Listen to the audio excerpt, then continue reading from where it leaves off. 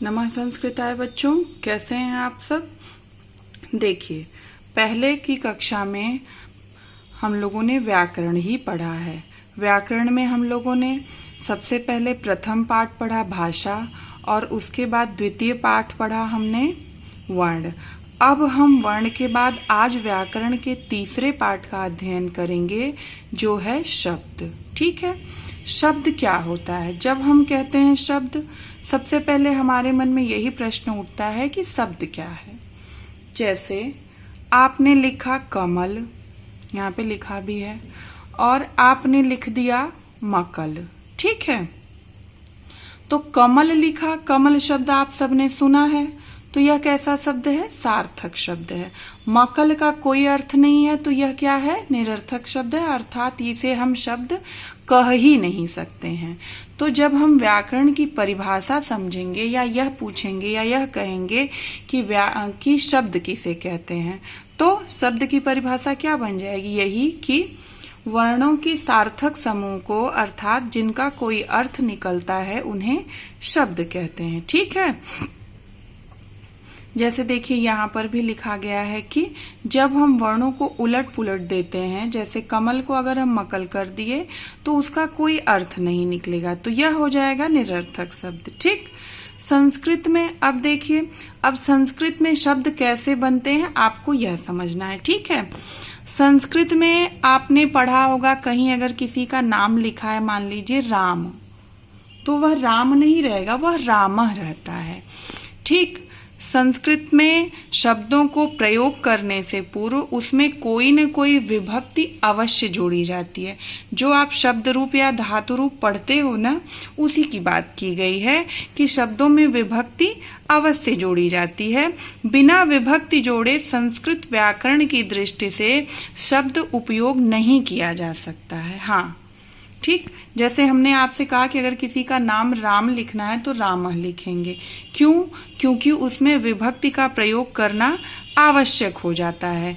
जब तक शब्द में विभक्ति नहीं जुड़ती है, जैसे रामः, राम को जब तक हम संस्कृत में रामः नहीं करेंगे तब तक वह संस्कृत का कोई शब्द नहीं बना रहेगा और उसे क्या कहेंगे, प्रातिपदिक कहेंगे। ठीक है, इतनी चीजें आपके समझ में आ गई। देखिए यहाँ पे मैंने उदाहरण भी दिया है, राम विभक्ति रहित, जब तक विभक्ति नहीं लगी है राम शब्द में तब तक राम क्या है, प्रातिपदिक है, और जब राम शब्द में विभक्ति लग गई है तब वह क्या हो गया है, शब्द बन गया है।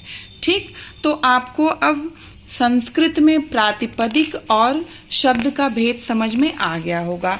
अर्थात हम यह कह सकते हैं कि संस्कृत में तब तक हम उस शब्द को शुद्ध नहीं मानेंगे और उसका प्रयोग नहीं कर पाएंगे जब तक उसमें कोई विभक्ति न जुड़ी हुई हो। ठीक है, अब देखिए क्या लिखा है, पद व शब्द में अंतर। अब हम यह समझेंगे कि पद किसे कहते हैं और शब्द किसे कहते हैं। देखिए, मूल शब्द में प्रत्यय लगने के बाद जो शब्द बनता है उसे पद कहते हैं। ठीक, अब प्रत्यय कहाँ लगता है बताइए। प्रत्यय हमेशा किसी भी शब्द के पीछे लगता है, प से प्रत्यय, प से पीछे। ठीक, तो आप प्रत्यय और उपसर्ग में कंफ्यूज मत होइएगा, प्रत्यय हमेशा शब्द के पीछे ही लगता है। जैसे अब यहाँ पे लिखा है बालकः, तो आप सोचेंगे कि मैम बालकः में तो कोई प्रत्यय नहीं लगा है, बस अ विसर्ग लगा दिया गया है। बेटा ऐसा नहीं है, बालकः शब्द जो है यह बालक रूप की प्रथमा विभक्ति का एक वचन है, और संस्कृत में विधान है जो आप 7 विभक्तियां पढ़ते हो उसमें 3 वचन होते हैं, कुल मिलाकर के उसमें 21 शब्द होते हैं। उन सारे 21 शब्दों में बच्चों कोई न कोई विभक्ति अवश्य लगी रहती है। जैसे आप रूप पढ़ते हो उसी तरह विभक्तियां, जैसे आप प्रथम विभक्ति में बालक में पढ़ोगे बालकः बालकाऊ, बालकः बालकौ बालका, उसी प्रकार से जब आप प्रथम विभक्ति के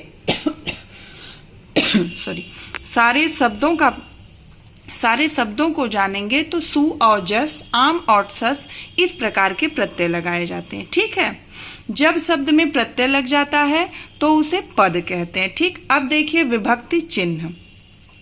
हाँ, जैसे आप हिंदी में कारक पढ़ते हो उसी तरह से संस्कृत में विभक्ति चिन्ह होता है। जैसे कर्ता ने कर्म को करण से, उसी प्रकार से जहां पे ने का प्रयोग होगा वहां पे हम संस्कृत में प्रथमा विभक्ति लगाएंगे, जहां पर को का प्रयोग होगा वहां पर संस्कृत में हम द्वितीय विभक्ति लगाएंगे। ठीक है, यह जो विभक्ति हम प्रयोग करते हैं उसे विभक्ति चिन्ह कहते हैं। समझ में आया? अब देखिए है सुबंत प्रत्यय। वैसे तो बहुत प्रकार के प्रत्यय हैं, लेकिन आप समझते रहिए कि सुप प्रत्यय, जिन शब्दों में सुप प्रत्यय लगाए जाते हैं वह सुबंत कहलाते हैं। सुबंत शब्दों के रूप कर्ता आदि कारकों के अनुसार होते हैं। ठीक है, जैसे किसी के नाम में कौन सा प्रत्यय लगेगा? सुबंत प्रत्यय लगेगा। अब देखिए शब्द के भेद। जैसे आपने पढ़ा था ना व्याकरण में कि व्याकरण के अंग में पढ़ा था ना वर्ण विचार शब्द विचार, तो उसी में देखिए आ जाएगा शब्द के भेद। सुबंत शब्द के मुख्य 4 भेद होते हैं। कौन कौन से? संज्ञावाचक शब्द, सर्वनाम, विशेषण, संख्यावाचक शब्द। आप समझ रहे हैं संज्ञा क्या है, सर्वनाम क्या है, विशेषण क्या है, संख्यावाचक शब्द क्या है, तो इसे एक्सप्लेन करने की जरूरत नहीं है। ठीक, अब देखिए 5वां क्या दिया हुआ है? क्रियापद। क्रियापद किसे कहते हैं? किसी कार्य के करने या होने का बोध कराने वाले शब्द को क्रियापद कहते हैं। जैसे वह जाता है, तो वह जाता है में क्रिया क्या है? जाना क्रिया है। वह खा रहा है, तो खाना क्या है? क्रिया है। ठीक।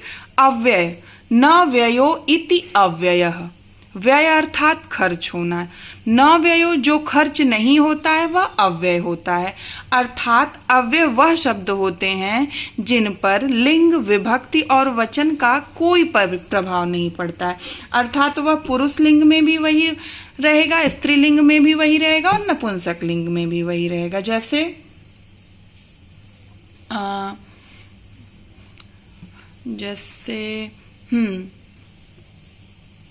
हम घर जा रहे हैं, ठीक है, या हम घर जा रहे हैं, इसमें अच्छा ठीक ऐसे कुछ शब्द हैं। जैसे हाँ, यथा, तथा, अपि, यदि, यह सारे अव्यय हैं, क्योंकि जो भी चाहे स्त्रीलिंग, पुल्लिंग और नपुंसक लिंग जिसके साथ भी यह प्रयुक्त होता है इसमें इसके ऊपर कोई प्रभाव नहीं पड़ता। जैसे देखिए यहाँ उदाहरण भी दिया गया है, अत्र, तत्र, पुनः, अपि आदि।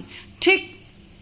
अब देखिए आपके लिए मैंने प्रश्न दिया है, अब आप इन प्रश्नों को खुद से हल करेंगे। शब्द किसे कहते हैं, शब्द व पद में क्या अंतर है, और अव्यय किसे कहते हैं। ठीक है बच्चों, तो आप लोग इतने काम को अवश्य करिएगा। ठीक।